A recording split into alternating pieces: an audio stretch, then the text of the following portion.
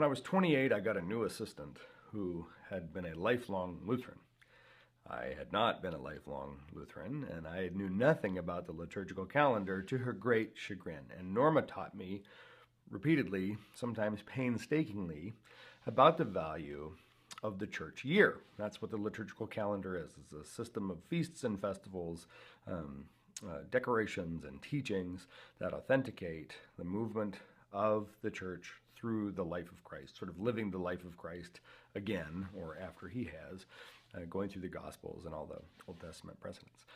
Well, I loved the idea, actually, that there was a way for us to stay rooted in the Scriptures, that the calendar mattered, that there were feast days and saints' days and different moments. The problem is that the liturgical calendar is really designed for people who are steeped in liturgical tradition.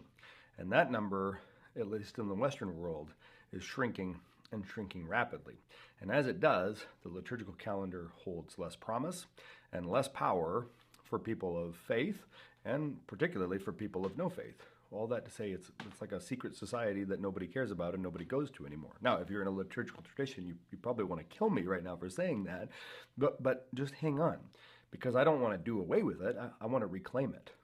I want to revitalize it.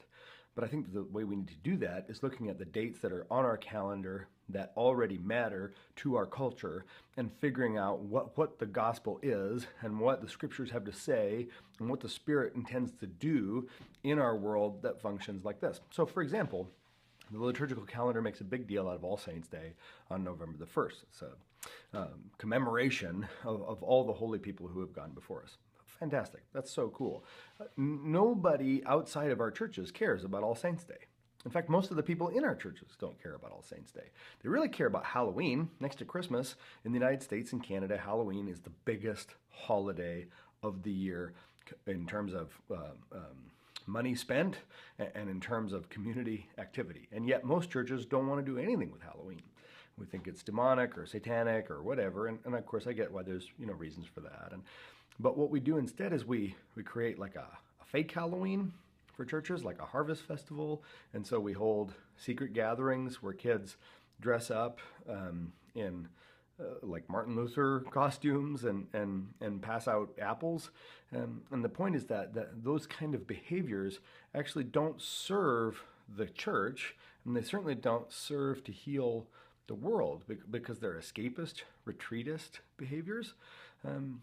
And so when I think about how we look at the church year and what our churches are going to do and what we want our people to do, what we want is to help them put feet to their faith. We want to help them live missionally. We want to help them live incarnationally. We want to help them live relationally. So a better example of how we would run a liturgical calendar would be to include Halloween instead of, or maybe at least in addition to, All Saints' Day. Don't call it Harvest Festival. Call it Halloween, because that's what everybody else calls it. That's what everybody else is thinking about. That's what everybody else is doing. And if we have to adjust our practices in order to appropriately differentiate ourselves from the world, that's great. Let us reclaim Halloween, and let's never forget that once upon a time, Christmas wasn't a Christian holiday. It was a pagan worship festival, Saturnalia, and we stole it from them. Let's steal Halloween. Let's keep calling it Halloween, but let's do something different with it. Maybe instead of having all of our people run and hide at our church, we could take our church and shove them out into the world and equip them to bless